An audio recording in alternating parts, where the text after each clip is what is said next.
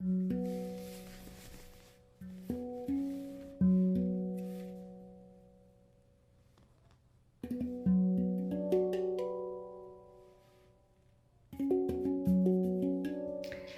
noite a todos.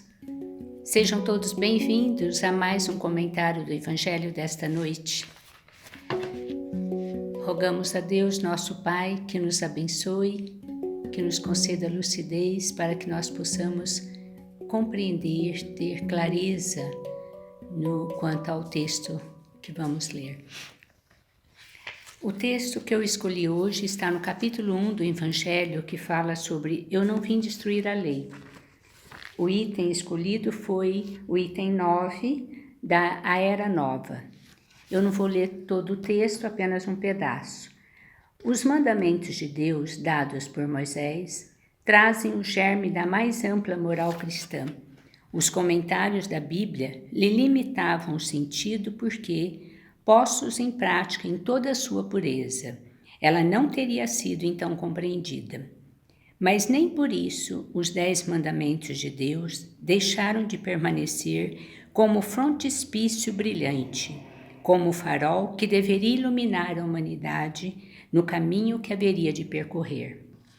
A moral ensinada por Moisés era apropriada ao estado de adiantamento no qual se encontravam os povos que ela foi chamada a regenerar. E esses povos semi-selvagens, quanto ao aperfeiçoamento de sua alma, não teriam compreendido que se pode adorar a Deus de outro modo que pelos holocaustos, nem que se precisasse perdoar a um inimigo. Sua inteligência, notável do ponto de vista da matéria e mesmo sobre o das artes e das ciências, era muito atrasada em moralidade, e não se teriam convertido sob o império de uma religião inteiramente espiritual. Era-lhes preciso uma representação semimaterial, tal qual lhe oferecia, então, a religião hebraica. Assim, os holocaustos falavam aos seus sentidos, enquanto que a ideia de Deus falava ao seu espírito. O Cristo foi o iniciador da moral mais pura e mais sublime, a moral evangélico-cristã, que deve renovar o mundo, aproximar os homens e torná-los irmãos, que deve fazer jorrar de todos os corações humanos a caridade e o amor ao próximo, e criar entre todos os homens uma solidariedade comum. De uma moral, enfim, que deve transformar a terra e dela fazer uma morada para os espíritos superiores àqueles que habitam hoje. É a lei do progresso, a qual a natureza está submetida, que se cumpre, e o Espiritismo é a alavanca da qual Deus se serve para fazer avançar a humanidade.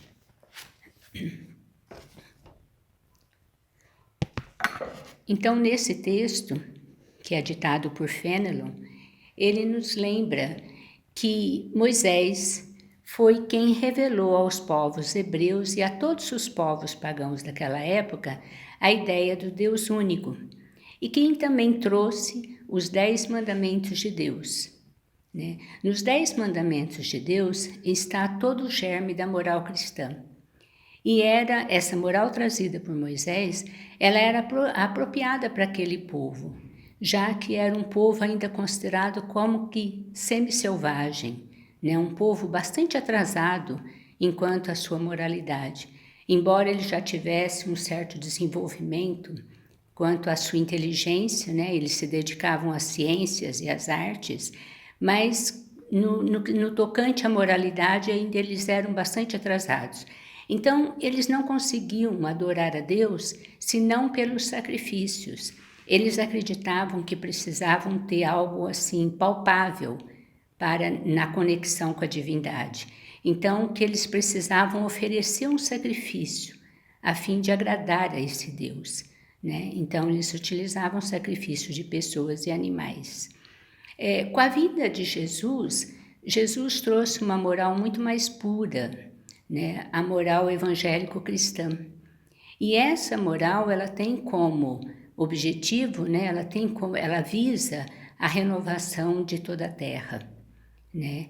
Ela avisa que nós, enquanto filhos de Deus, nos reconhecemos como irmãos, né? E que através da solidariedade a gente vai chegar o dia que nós vamos conseguir construir toda uma sociedade com base na fraternidade, né? Então, a moral trazida por Jesus, ela tem a meta da regeneração da terra, a fim de que a terra se torne uma morada de espíritos superiores a nós, né? Enquanto a sua evolução, de espíritos que já têm muito mais condições com base no amor, né? Então vai chegar aí, porque esse é o desígnio, é a vontade de Deus. Então certamente alcançaremos esse estágio de progressão da Terra. Mas é muito importante a gente observar, e esse texto trata disso, que em cada época, na medida que nós vamos evoluindo, na medida que nós vamos tendo uma maior clareza, um maior entendimento, enquanto a nossa evolução espiritual, Deus nos envia novos conhecimentos. Assim foi com a primeira revelação, né, trazida por Moisés. Assim foi na segunda revelação trazida por Jesus, mas lembrando que Jesus não disse tudo. E nem diz aquilo que ele disse, ele não falou às claras, ele se utilizou de parábolas. Por quê? Porque o povo na época dele não podiam compreender tudo aquele ensinamento. Então ele deixou como que a espera de que no futuro pudesse ser clareado. É então que no século XIX surgiu o Espiritismo. O Espiritismo faz o quê? Ele nos clareia os ensinos de Jesus, né? Ele coloca as claras dentro de uma lógica, né, que irrecusável, né, e que a gente possa ter um entendimento muito maior daqueles ensinos que Jesus trouxe. Então, é que cada época, né, na medida que nós vamos evoluindo, Deus nos proporciona novos conhecimentos que nos ajudam a progredir.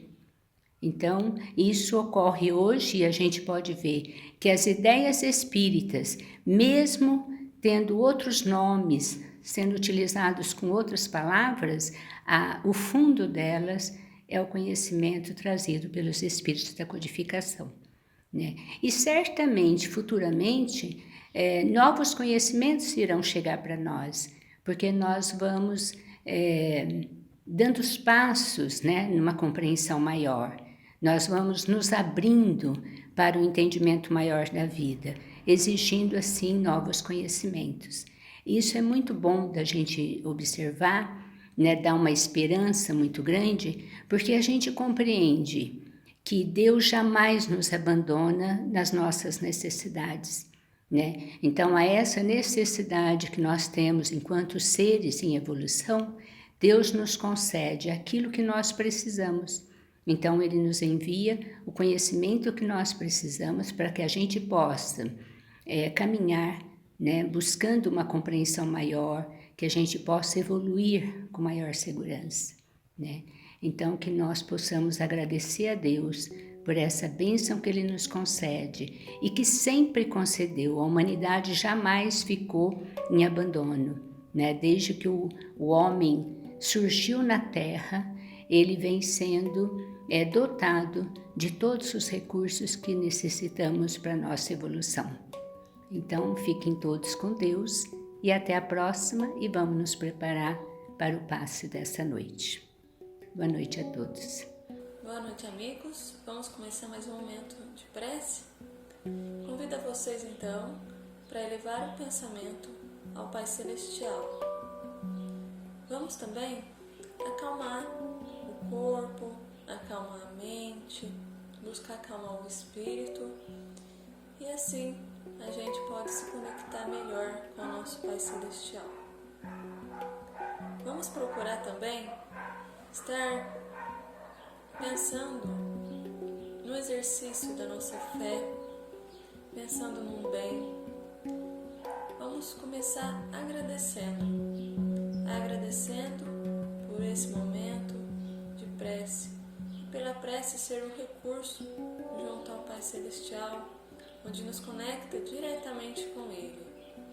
independentemente onde estivermos, como estivermos, o pensamento verdadeiro, junto com o coração, estaremos mais juntos a Deus, fazemos estar mais presente junto a Ele. Então, vamos aproveitar esse momento e acalmar a nossa mente, o corpo, o espírito e nos ligar junto ao Pai Celestial. Vamos agradecer, então, e aí exercitar a paz naquilo tanto nos perturba ou está perturbando, acalmando os corações. Isso assim, quem está assistindo esse vídeo sente-se aflito e assim acalmando e com a fé junto ao Pai Celestial pedir para que Ele cuide de nós, filhos tão pequenos, ainda tão imaturos e imperfeitos. Somos filhos pequenos, precisa desse amparo de Deus e que esse conforto junto a Deus seja uma bênção para nós, nos fortalecendo por dias melhores, nos fortalecendo como pessoa e ser humano. Que a boa equipe do Pai, junto à equipe de Francisco de Paula Vitor, nos abençoe, nos dando a paz necessária pelos dias, pela semana que assim vão acontecer. Que não nos falte a fé na nossa caminhada, que não nos falte a esperança pela nossa caminhada. Que tenhamos na prece, agora nesse momento, um recurso maravilhoso de bênção, de paz em nós. E que nesse momento de prece seja pedido para nós e seja também pedido por toda a humanidade, seja em que plano for, seja em que situação estiver, que a prece do Pai, do amor, do acolhimento de Deus chegue a cada canto, cuidando daqueles que vão trabalhar, daqueles que estão procurando emprego, daqueles que estão internados, a equipe de saúde que cuida, os hospitais, as pessoas que acompanham seus familiares, que estão familiar doente, que esse amparo divino chegue a cada canto, a cada lugar e acalmando o nosso coração, nos acolhendo e acreditando na fé que Deus sabe exatamente quem somos, o que precisamos e o bem que Ele deseja para o Filho. Esse bem cheio de amor, esse bem cheio de paz, esse bem que nos ensina a humildade e que a gente busque esse bálsamo de amor, esse bálsamo de paz em nós, esse bálsamo de amor na nossa casa, na nossa morada, na morada do nosso vizinho, na morada de cada um. Não nos falte o alimento, que não nos falte a saúde e que a gente também agradeça, porque ainda assim somos acolhidos.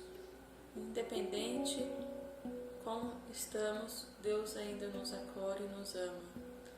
Não nos falte fé, porque Deus reconhece e conhece o tempo todo quem é o seu Filho tão amado que dá a vida, que dá um amor diário, todos os momentos. Deus, obrigada pelo amparo. Eu sei que Deus cuida de nós no silêncio, mas ainda assim Ele trabalha junto à boa equipe do Pai. Obrigada por cuidar de nós, filhos pequenos. Obrigada a toda a boa equipe do Pai, aos anjos da guarda, a Francisco de Paula Vitor, toda a boa equipe. Obrigada a Deus por tudo, por esse momento da prece, por elevarmos o pensamento e o coração junto a Ele.